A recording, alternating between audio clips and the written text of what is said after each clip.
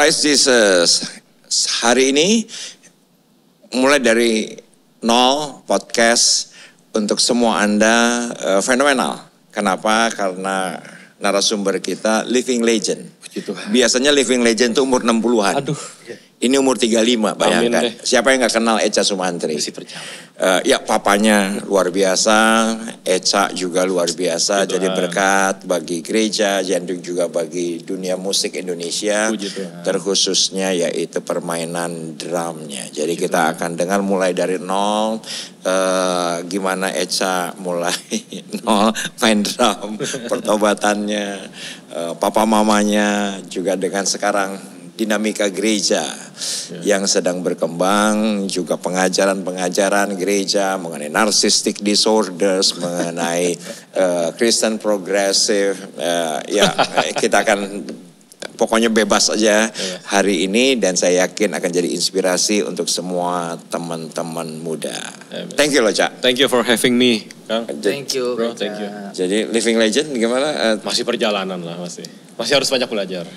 Dengan usia 35 tetapi 34. Ya, 35 tahun ini. Dikit lagi. Karena dikit lagi 35. Jadi perjalanan mulai dari 0 main drum seperti apa Papa? Kalau Mama terlibat nggak? Mama pemusik nggak? Mama tuh singers di gereja, Kang. Jadi singers, cuman bukan musik profesional. Jadi ya singkat cerita waktu masih di kandungan itu Papa Mama doain biar jadi musisi. Terus si Papa mention spesifik main drum. Karena menurut Papa drum itu paling gampang. Kalau alat musik lain, keburu Tuhan Yesus datang katanya gitu. Gampang dari sisi mainnya kali ya. Mainnya aja gitu. Dan aku memang setelah dewasa menyadari kalau drum itu paling gampang buat sekedar main aja. Ya oma-oma juga bisa gitu kan, main 8 beat ya. Tapi untuk diperdalam susah. Nah instrumen lain kayaknya sebaliknya. Gitar, piano untuk start sulit, tapi misalnya udah menguasai basic, berikutnya cenderung sedikit lebih mudah gitu. Tapi kalau Kak Echa sendiri kalau misalnya dikasih kebebasan gitu kan, ini kan kayak Papa ngasih jalur ya gitu ya. Sebenarnya alat musik apa yang Kak Echa sebenarnya kalau pengen drum sama gitu? piano. Drum sama piano. Iya. Piano aku sempat les SD, cuman nggak betah waktu itu. Jadi sebelum grade 2 lulus sudah berhenti. Sekedar bisa lah. Ya bisa buat produce, buat arrangement gitu. Ya cukup dong. Ya cuman seandainya bisa lebih jago kan Kang, lumayan. Lebih maestro gitu, cuman belum bisa. Dulu waktu ada satu acara gitu ya Kang ya. Kak Echa nih pernah tangan kirinya main keyboard, tangan kanan main drum. Nah itu kekurangan pemain. Atau pernah kejadian misalnya di gereja pemain bassnya telat gak datang, ya udah terpaksa aku mainin bassnya gitu. Canggih Ya ya? puji Tuhan. Jadi officially bisa main berapa? Ya drum, kalau keyboard oke lah. Gitar buat komsel aja kan. Belum jago. Udah 3 itu. Ya pianika ya ibu kita Kartini kan pasti. Terus jadi diajarin Papa dari usia berapa diperkenalkan si musik, diperdengarkan musik? Nah uniknya gak diajarin tapi ya itu ya kuasa doa ya. Jadi emang dari kecil udah suka aja langsung. Ke studio larinya ke drum. Cuma memang betul yang Kang Lisa bilang di studio Papa tuh, kan Papa bikin musik. Iya. Itu denger setiap hari kan musik tuh di kamar tidur. Jadi ya mungkin di alam bawah sadar masuk tuh ya musik-musik berkualitas. Terus ya anak kecil iseng ke studio Papa lihat kaset, Cassiopeia nih, Cikorea wah dengerin gitu. Jadi emang dari kecil udah ke arah sana musiknya. Papa gak pernah ngarahin secara khusus kemana. Cuman ya puji Tuhan ya aku percaya at the end Roh Kudus yang ngarahin gitu. Dan perjalananmu ya tadi 2,5 tahun udah mulai pegang alat gitu lah. Dan pendidikan SD, SMP, SMA, perjalananmu seperti apa? Aku nggak terlalu menikmati sekolah karena udah tahu dari kecil main musik. Udah tahu, iya jadi pas ada pelajaran yang agak sulit nih kayak aku udah tahu nih gede nggak kepake nih gitu. Udah yakin banget main musik. Jadi ya udah sekolah seadanya aja Kang. Dan aku tuh sekolah di daerah utara waktu itu jadi nggak banyak anak musik. Ya makanya salah satu kejadian bisa main keyboard itu karena di sekolah itu bahkan hampir nggak ada keyboardis. Terus kita mau ikut lomba, mohon maaf nih ya, ini terbuka aja kan. Ikut lomba bukan apa, biar bisa cabut dari sekolah aja gitu kan. Jadi ikut lomba nggak ada keyboard, ya udah deh, aku mainin keyboardnya gitu kan. Gitu bro. Tapi sebelum masuk ke sekolah itu sebenarnya kita pada penasaran nggak? drum pertama Kak Eca tuh apa gitu? Maksudnya apa bikin sendiri atau udah papa kasih? Umur 4 aku pertama kali pelayanan di gereja dibeliin drum. Umur 4. Iya. Tapi aku juga bikin drum dari kaleng, piring gitu. Kalau lagi di puncak. Buat liburan kan gak bisa bawa drum, jadi bikin drum sendiri. Nah di situ tuh berhayal, ini drum nanti kode gede kayak gini nih gitu setupnya. Ya imajinasi anak kecil ya. Ya puji Tuhan. Jadi dia bikin drumnya sendiri gitu dari kaleng-kaleng itu. Ini gelas-gelas gini. Menghayal gitu ya. Iya. Terus kalau secara formal seperti apa sih pendidikan musik yang dikasih papa? Aku umur 5 belajar di namanya Yayasan Musik Indonesia, YASMI. Di Roxy udah tutup sekarang. Itu pertama kali aku belajar drum. Terus tadi ya SD aku belajar piano klasik. Jadi ya 2 itu aja sih Kang. Terus si mama tuh dapat visi dari Tuhan bikin sekolah musik. Jadi akhirnya bikin sekolah musik di rumah, ya aku lanjut belajar di situ. Dan waktu sampai puncaknya papa banyak cabangnya ya? Iya puji Tuhan. Iya. Cuma sejak papa berpulang aku nggak pegang sekolah musiknya. Tetapi masih ada sekarang? Aku kurang tahu. Musiknya masih ada ya? Masih ada sih. Pakai nama papa Willy Sumantri. Cuman aku nggak pegang. Yeah. Nah terus udah gitu, kapan mulai terlibat di pelayanan? Itu umur 4 pertama kali main drum di gereja, cuman masih kesaksian pujian. Zaman itu kan anak kecil main selagu gitu. Ya, jadi ya sejak itu ikut papa kemana-mana pelayanan. Aku lupa mulai main ibadah full tuh umur berapa, tapi ya segituan lah SD, SMP gitu. Iya puji Tuhan. Ya itu juga aku percaya memang ada bakat, cuman kan anak kecil main musik kadang masih berisik, kekencengan gitu ya. Jadi ya bersyukur juga ada papa dan rekan-rekan om-om pelayanan di saat itu yang sabar ya. Ini anak bocah main gitu. Maksudnya misalnya aku coba simulasikan aku ketemu anak bocah mainnya masih belum enak, ya aku bete juga kali ya. Cuman di masa itu aku gak tahu permainanku kayak apa. Apakah sudah bagus atau belum, tapi aku rasa adalah beberapa hal tempo masih belum stabil gitu ya. Cuman para senior itu mau sabar gitu loh. Itu investasi mereka gitu. Iya. Terus masih ingat nama-nama si om itu siapa aja? Ada namanya, cuma baru berpulang kemarin Om Dion main gitar. Ya, suaminya tante siapa lupa aduh. Yang aku salah sebut deh. Beberapa juga masih ketemu sampai sekarang, cuman ya udah gak aktif berpelayanan. Terus kalau secara manusiawi gitu ya, Eca, kenakalan apa di masa muda kamu? Aku tuh puji Tuhan aku pasti punya dosa lah ya setiap orang, cuman bukan yang nakal pada umumnya kayak dugem apa gitu. Aku nggak gitu, aku nih anak rumah. Jadi nakalnya apa iseng kali ya, iseng aja gitu. Lebih ke iseng gitu. Terus apa ya, nakalnya aku bingung kalau dibilang nakal, karena secara umum aku tuh bukan yang nakal gitu, bukan yang nakal secara terbuka lah gitu. Anak papa mama lah. Iya, anak manja. Aku baru bisa nyetir umur 16, telat ya. Meskipun secara resmi kan SIM 17, cuma kan banyak yang dari umur berapa, 13 udah bisa nyetir gitu. Aku tuh belum bisa. 17. Jadi lumayan manja lah pada masa-masa itu. Dan anak tunggal. Anak tunggal.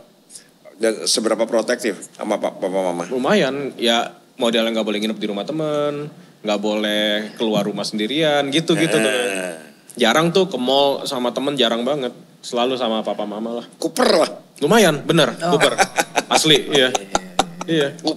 Dan memang itu nggak ketemu teman-temannya frekuensi juga, jarang yang suka musik kan. Jadi mau gaul sama siapa? Waktu itu teman-temannya lebih tua, anak-anak yang main musik. Iya. Jadi ya nggak se-happy itulah kalau bicara pergaulan di masa kecil. Berarti emang pergaulannya di rumah tuh ya untuk belajar musik, terus kulik. Ya, ujung-ujungnya nggak belajar ya, iya nonton aja video, main drum gitu-gitu, pelayanan gitu. Yang bener-bener untuk musik. Gitu. Iya. Tapi ya puji Tuhan SD mulai kenal sepak bola, jadi main tuh bola sama teman-teman. Ya sebatas itu aja. Ada penyimpangan lah. Ada sedikit ya. Terus kalau pengalaman perjumpaan dengan Tuhan gimana? Ya kalau aku kan memang aku nggak berani bilang puji Tuhan ya, maksudnya bukan berarti yang tidak dari kecil kenal Tuhan itu musibah, nggak juga kan, cara Tuhan beda-beda. Cuman ya aku dalam kasusku dari kecil udah kenal Tuhan, papa mama udah pelayanan, udah lahir baru, jadi diperkenalkan lah Tuhan Yesus, doa sebelum makan, hal-hal itu dari kecil udah tahu. Cuman aku tuh inget Tapi lupa waktunya. Aku ingat waktu pagi-pagi bangun masih kecil kan. Aku lihat ke kaca tuh kayak ada tangan gede gitu. Tapi ini bukan Alkitabiah, jangan dijadikan pengajaran nih ya. Ini kan kesaksian aja. Aku lihat tangan gitu. Real, nyata gitu. Oh ya udah aku percaya itu tangan Bapa gitu. Ya nggak tahu Tuhan mau nunjukin dia ada gitu, dia nyata. Iya. Terus aku lupa kapan pas lagi di gereja waktu itu lupa juga doa. Kayaknya aku merasa Roh Kudus menunjukkan pribadinya. Nangis. Aku nih jarang nangis kalau ibadah. Cuma di situ nangis. Oh Roh Kudus begini ya. Jadi kenal tuh Allah Bapa, Tuhan Yesus, Roh Kudus tuh 3 tapi berbeda. Satu pribadinya berbeda, kenal pribadinya masing-masing. Itulah ya mungkin yang aku ingat. Cuman sayangnya waktunya kapan lupa. Oke. Tapi itu waktu teenagers lah ya? Iya. Waktu teens gitu? Ya teens youth ya. Sekitaran itu ya. Oke. Soalnya waktu itu aku sempat bilang, Tuhan aku nggak mau kenal Tuhan cuman dari apa kata papa mama nih. Mau kenal sendiri dong biar ini kan biar tahu. Karena kan kalau cuman kata orang ya udah, Tuhan tuh apa sih baik? Ya baiknya gimana kan kita nggak ngalamin. Jadi Iya. Nah kalau dari masa kecil gitu pengalaman struggle-nya apa? Puji Tuhan hampir nggak ada ya, selain itu tadi susah nyari teman. Karena susah nyambung ngomongnya. Anak teman-temanku waktu itu anak mobil apalah, beda jauh kan. Anak motor. Iya, motor belum sih kan, mobil waktu itu. Modif gitu. Gak ngerti lah. Kalau ngomongin musik juga musik yang mainstream banget di masa-masa itu gitu. Jadi jauh lah. Paling struggling ya pas papa mama berpisah. Sorry. Ya udah lewat kan. Cuman wah itu sedih banget. Sedih banget. Jadi ya SMA kayaknya. Wah itu hancur lah. Cuman ya puji Tuhan bertahan. Dan papa sekarang udah tidak ada. Iya. Sekarang kamu sama mama. Sama istri sama mama. Sama istri sama mama. Dan pastinya berharap, berupaya tidak mengalami hal yang sama. Betul. Jadi bukan sebelum nikah, bahkan jauh sebelumnya. Ya. Sempat ada tanpa disadari tuh trauma mulai hubungan. Jadi kalau deket sama lawan jenis tuh ya udah sekedar, kalau bilang iseng jahat banget ya, kayak yang ngisi aja lah gitu. Bosan, tinggal bosan gitu, jadi salah juga kan. Jadi aku sempat berpikir apa nggak nikah ya, soalnya takut juga kan. Ada trauma gitu. Puji Tuhan ketemu Jessica yang tepat nih. Ya udah saling kuat, saling berdoa. Dan dia ngomong, istriku, kamu kalau mau mulai hubungan ini aku maunya serius, nggak main-main. Ada visinya nih, pacaran berapa tahun lagi, langkah selanjutnya. Dan aku bersyukur dia ngomong gitu. Akunya jadi diingetin, ini fungsi yang benar nih gitu. Cuman di masa-masa awal sempat, apa nggak usah ya nikah ya? Gitu, sempat gitu juga. Jadi cukup trauma dalam juga ya? Tanpa disadari kan. Mungkin bukan trauma yang gimana-gimana banget ya, cuman takut aja. Takut aja. Karena kelihat kejadian papa mama ketika itu bagaimana mereka lukanya, mereka gagal move on-nya. Iya. Dan itu agar tidak terulang sama diri kamu dan masa depan kamu. Iya. Sebelum ketemu Jessica, apakah ada upaya-upaya recovery? Enggak sih Kang, maksudnya ya ngalir aja gitu aja. Iya, ngalir aja. Traumanya juga bukan yang sampai ke bawah mimpi gitu, enggak. Mungkin bukan trauma kali lebay ya, takut aja lah. Takut ya. Terus ya tadi itu aku juga orangnya bosenan nih, gue bisa nggak ya komitmen sama satu orang gitu, sempet gitu. Bukan soal playboy loh, enggak sama sekali, cuman aduh bisa nggak ya gitu kan. Sedangkan di dunia di luar sana bahkan dari 10-9 tahun yang lalu tuh kan punya pacar lebih dari satu tuh udah biasa buat mereka. Gonta-ganti udah biasa buat mereka gitu. Jadi aku tahu itu nggak berkenan di hadapan Tuhan gitu. Jadi nggak bisa begini nih gitu kan. Dan dunia musik, dunia entertainment segitu terbukanya. Klub malam segitu terbukanya. Dan Eca pernah seberapa kecil? Susah juga nih ngomongnya living legend tapi umurnya 34 jadi seberapa kecil. Apa tuh berjibaku dengan reguleran gitu kan. Berjibaku mulai masuk ke klub gitu. Ke klub gitu. Aku reguleran itu aku ingat cuman sekali. Itu pun main jazz. Bukan di klub tapi di bar. Di sebuah hotel di daerah Jakarta Pusat. Udah pindah sekarang hotelnya. Itu tuh belokan itu kali. Sempet main jazz tuh. Cuman idealis banget aku dan kakak-kakak yang lain. Jadi pengunjung request lagu, kagak mau kita main lagu yang kita mau. Akhirnya udah 3 bulan doang. Iya. Itu juga aku ngambil terus terang bukan buat uangnya. Tapi lebih ke aduh gue jarang bisa main jazz nih. Jadi ada kesempatan pengen main. Lampiasan aja. Buat. Usia berapa? Itu berapa kayaknya? Lupa ya 19-20an gitu lah ya. Tapi kan aku memang dari 16-17 udah berkarir. Jadi udah. Iya. Coba ceritain karir apa?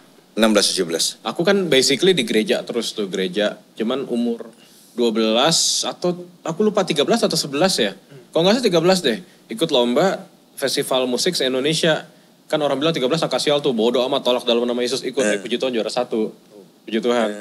Jadi aku peserta salah satu yang termuda itu sampai 36 puji Tuhan juara 1. Cuman tidak semudah itu ternyata ya. Habis juara kan pikir wah jalan terbuka, enggak juga. Aku mulai karir lumayan profesional tuh ngiringin temanku namanya Abdul. Tadi sempat di-mention. Ke sekolah bro itu kan. Abdul. Terus ada keyboardis namanya Hani Eka Putra. Dia ngajak aku audisi. Bukan audisi sih, jamming sama Elo. Marcelo Tahitu.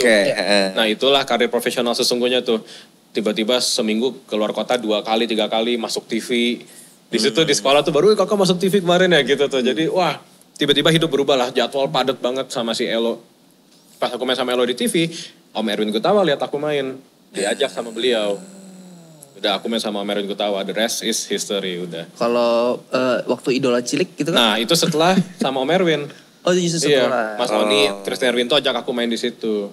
Gitu. Karena salah satu yang bikin nama kakak terkenal Iya, itu banyaknya dari Idola Cilik ya. Iya. Karena kan Kak Oki-nya suka mention-mention Kak Eca ya, suka ngegoda-godain Kak Oki Eca. Lukman tuh berjasa banget. Iya, buat musisi Indonesia bukan cuma buat aku. Soalnya masa itu kan musisi Indonesia tuh jarang yang dapat spotlight gitu kan. Tiba-tiba tuh dia mulai interaksi sama kita. Jadi secara gak langsung tuh ada bandnya ya. Orang tuh jadi lebih menghargai musisi.